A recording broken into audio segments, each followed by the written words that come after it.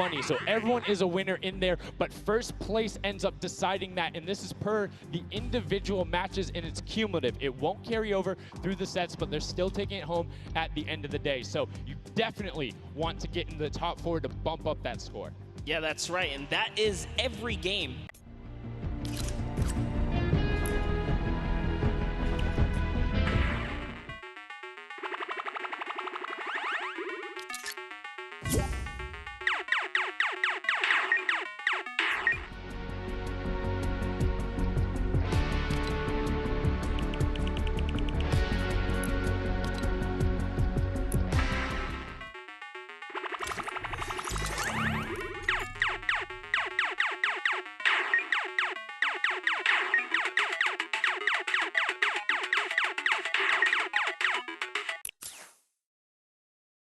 Record, which you talked about a lot, coming up into here, and of course the Fish Fam, who's going to be led by Scissors. And these are some of the creative kings. They've been able to go through, run, qualify. A lot of them have had the world run, or not world run experience, excuse me, but in those death runs where they were doing the qualifications, but there are also some combat aspects. So we've seen Sky Station Showdown before. You know, there's going to be a little bit, I don't want to say advantage, but they might be a little more at home when you're actually firing bullets, building out, and trying to get those rotations in.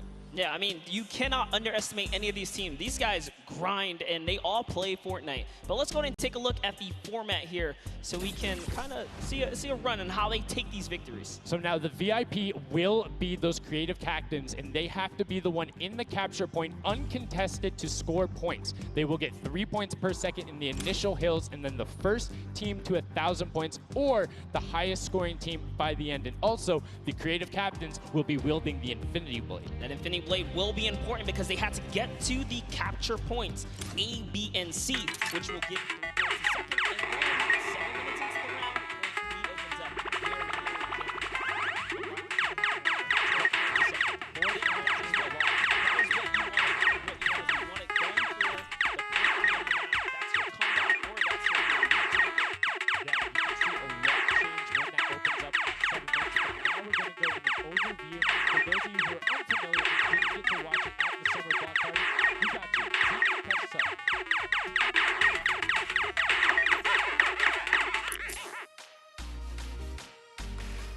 This map is a collaboration between Team Evolve and Epic. Now let's break down how it all works. For this very special event, we are bringing you an exciting free-to-play style game built and created by Team Evolve. 8 teams of 4 players are starting at home base on the edge of this massive flying city. Together, they will push through the castle circuit, wrapping the points by helping the other team. As each team heads toward the capture points, they'll need to protect their team's VIP, who plays a key role in this game mode. If they get eliminated, they'll respawn at the team's home base. The VIP is the only player who can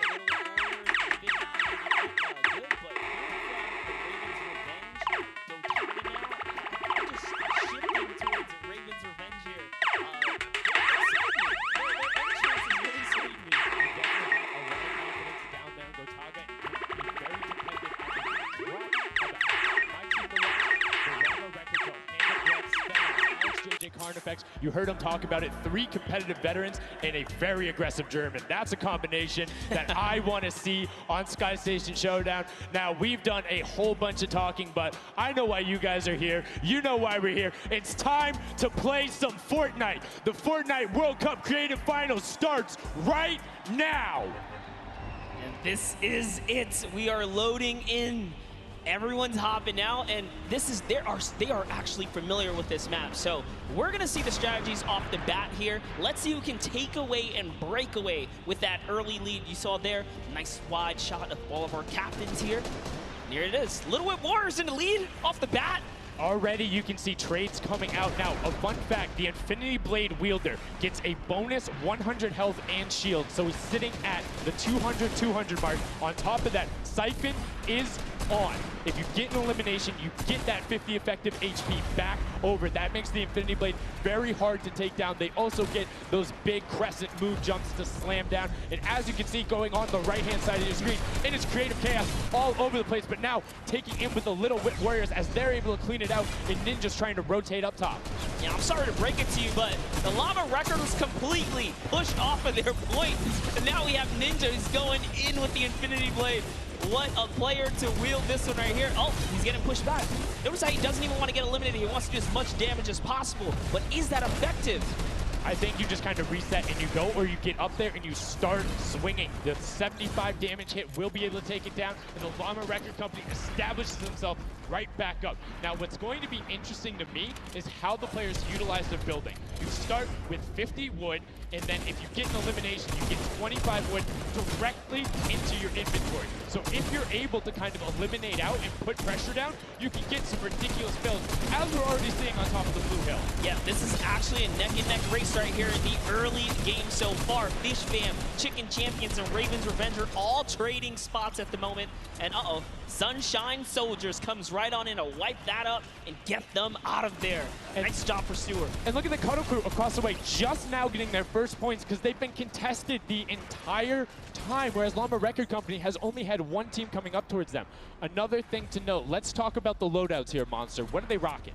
They're rocking everything that you can get in the game, from blue tactical AR up to that hunting rifle. So you have the long range, you have the close range, you have the AR. You kind of just pick and choose your battle, what you want to use. And the one thing you're missing that the Infinity Blade wielder does not have will be 9 impulse grenades. So everyone has a bunch of mobility to be able to get up there. But you see right there, Scissors able to cut down a bunch and get a decent amount of timing. Let's take a look at the score. Little Whip Warriors climbing up, but it is only a 5-second uncontested lead, and they're building on it. Right now, not a lot of points have been scored, which means when that hill opens up at 7 minutes, it's going to be that much more important. Yeah, this is going way better than I expected. There is no one dominant team so far, but the Little Whip Warriors are doing so great right now. There goes Ninja, and he does get traded out. Raven's Revenge kind of takes it back over. We'll go Taga squad managed to hold it down for long enough to get their, points in.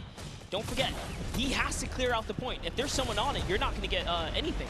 Right, and as soon as you're up there, if teammates are not building for you, you're exposed for the entire map. Everyone else is able to see you. You can see El Rubius going in, but the double pack plus the Infinity Blade wielder of Hand of Blood. This Llama Record Company team is looking to go platinum with a great defense of their point. There it is, very nice. Finally starting to earn some points, trying to break that, triple digit Hand of Blood. Little fun fact right there. His dog Falco is Germany's 2nd biggest dog influencer on Instagram. That's impressive, but I wonder who the first biggest is now. That's like, is there a statistic for that? Like, do you go down the line? But one thing I do want to note for Hand of Blood, look at the eliminations coming out of the Infinity Blade, already sitting on 7 and being aggressive. As the more he gets that siphon going, the better he's going to be. But the Chicken Champions come out on top there. No tender defenders are going left, able to hold the top, and now crawling their way back up there. They're only about like 10 seconds or so behind the Funky Fighters? Dude, wait a second. Where do the Funky Fighters come from? Suddenly they're at the top here, and the Little Whip Warriors have not managed to earn any points. Sunshine Soldiers looking to kind of ruin that festival up top, but it's Tomoya. We touched with him with Pookie early on. He said, you know what, he chose his players, specifically because they're great at death runs, but it looks like they battle it out too. They're doing a very good job of making sure they go at the same time. You can see Tomoya here being patient, doing everything he can to try and find an outlet, but he doesn't want to commit before his teammates are there. He's waiting for Kutu. There they are. Kutu coming up with him as well, and the fight is on, but we switch back over to Scissors just chopping it down, but the fish fam is a sushi there as the retake happens. That is actually crazy. Watch him kind of wait there, prepare the ambush. His team comes up and they collapse on the point, and bye-bye fish fam. And notice they had enough mats to completely encircle the top, but the Infinity Blade will be able to come right out. So instead, Tomoya jumps straight up to just stall out a couple every second, because every second matters. As you see Kutu also on 8 elims right now. The sword players putting in work. We have a bit of a tie up top. Funky Fighters and Fish Fam. Llama Records so close as well. This is a close one for the run in the top 5 so far. And I like seeing the Funky Fighters using impulses out of spawn. You get 9 of them, so it's great to throw them off to knock other people off the point, but use 3 to get a little faster. These guys are all very experienced in terms of navigating basically every part of creative and battle royale, so they can use those little quick impulses to get themselves more efficient. As you see Zand go down, Suzu go down, Scissors go down right there as Lachlan is just cutting them apart. But Tomoya, again, the Funky Fighters come out on top with the Infinity Blades at least, so no points going over right now to the Cuddle Crew. Oh no, the Cuddle Crew does not have the Infinity Blade wielder here, so Clytex has to kind of hold it down for now until the leader, the team captain, can get up to the top. If Lachlan gets there in time, he might be able to, but nope, they kind of lose their point of interest, unfortunately. And now Gotaga goes up and goes straight back down, not able to catch himself on the edge, so Raven's Revenge gonna have to wait a little bit before they get points, but have full control, and Gotaga unfortunately breaks some of his teammates' build there with the Infinity Blade. Yeah, you see Chappie. Chappie's from, you know, the USA. His favorite aspect of creative mode is actually 1v1 build fights, so this is why they're doing pretty good right now. And they close it up. Looks like the Cuddle Crew has come back, but the Fish Fam is here to ruin that entire party. Can they shut it down? And Scissors survives just for a bit more. And again, you see every single time the Funky Fighters go up, it is never a solo person. It is always 2, most of the time 3. They get control and then they immediately box up. But while we've been talking about them, let's check in back with the scoring as we're now right around the 3rd mark and a minute out from that 12 point per second circle. And Ninja's team, the Little Whip Warriors, are Little Whipping all over as Tomoya goes up, comes back down, and the Shing Shing was not enough. Cuddle Crew takes him down. I actually love that strat. You don't see anyone else really utilizing the dive straight up into the air to kind of disengage off the pressure. Ninja's doing a great job chopping up here. He's already at 8 limbs. That, never mind, make that 9. That was Gotaga who went down right there. And they finally get another run at, you know, advancing the lead here. And they are slaying out, too. Yes. You see every single one of them almost to the double-digit marks. But Taco, hello. That was your head. Yeah, you got to be careful because, hey, if all you're doing is sitting there rifling, that's fine. Somebody's going to take a hunting rifle and make you pay. Lachlan goes up. MSYP is just behind him, and Lachlan is able to take that one over. Kaz is trying to do everything he can, and he does get Lachlan. So good delay coming out from there, but opening up about a 20-second lead. But here we go. 3, 2, 1. Middle point is open. That's 12 point per second, and right off of the bat, we see Cuddle Crew heading towards the impulses going out, and a swing and a miss there with the Superman jump from Ninja. Not quite going to get it as Rubius and Hammer in the circle right away. Rubius under fire, but Ninja under fire. Who will take it? Rubius has the better sword on the day, and then immediately taken out. This is chaos. Whoever's the last one here is probably going to be the most successful. But remember, you need your sword wielder. Your captain has to be there. If Lachlan isn't there, it's not even worth fighting for. So Claytex doesn't care. He's trying to pick up that Elim counter. And he's on it. He's playing some good defense there. Down goes Hand of Blood. No points for the Llama Record anymore.